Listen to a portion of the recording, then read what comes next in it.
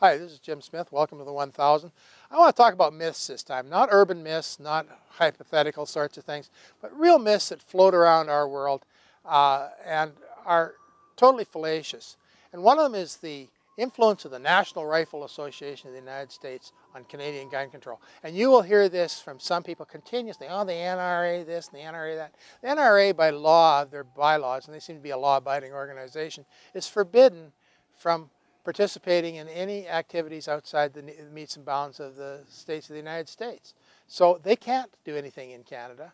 Yes, some Canadians subscribe to their magazine. American Rifleman is an excellent magazine. I've got 40 years of it hardbound as a reference library. I couldn't do without them. Very, very valuable. I don't belong to the NRA. I went down to Montana Gun Show and bought 500 pounds of books. So that's just how it works, right?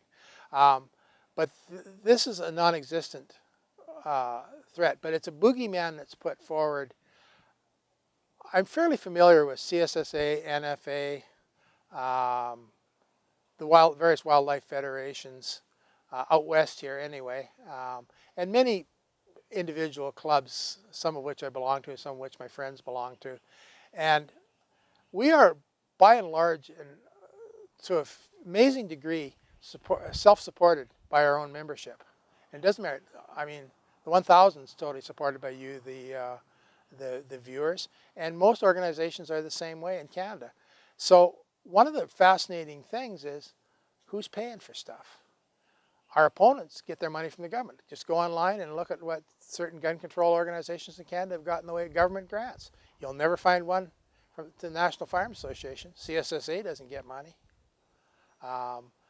Sometimes some wildlife organizations get some get a lot. Ducks Unlimited get a lot of money from the government for wildlife habitat reclamation and stuff like that. And you can raise your eyebrows over that or not. But by and large, we are self-financed and self-supported. What concerns me is the influence of American politicians, lobby groups, pressure groups on the Canadian body politic. Because they realize that if they can take away all the guns of Canadians, that leaves Americans alone. And if they're alone, they'll eventually fall. It's sad, but it's true. It doesn't matter how good your Constitution is, you will fail. It's very important to us to stand together on this issue, but we stand together in our own separate ways.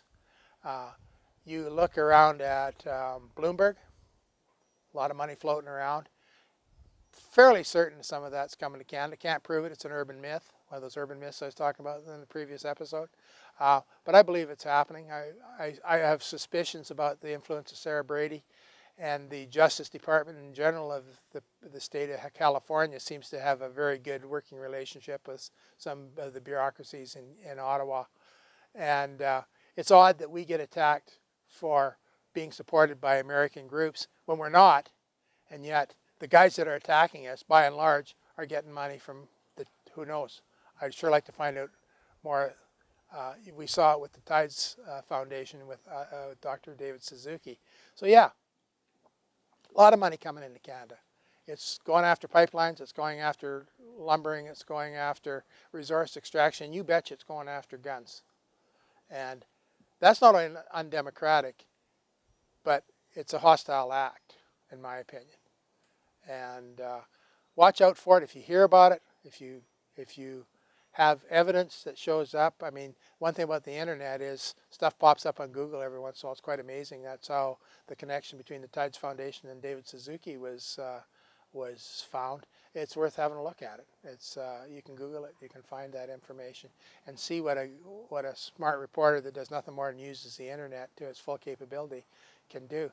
And we need people out there doing this all the time. Your generation, you young guys particularly, at the time with some time in your hands, to get in there and start digging.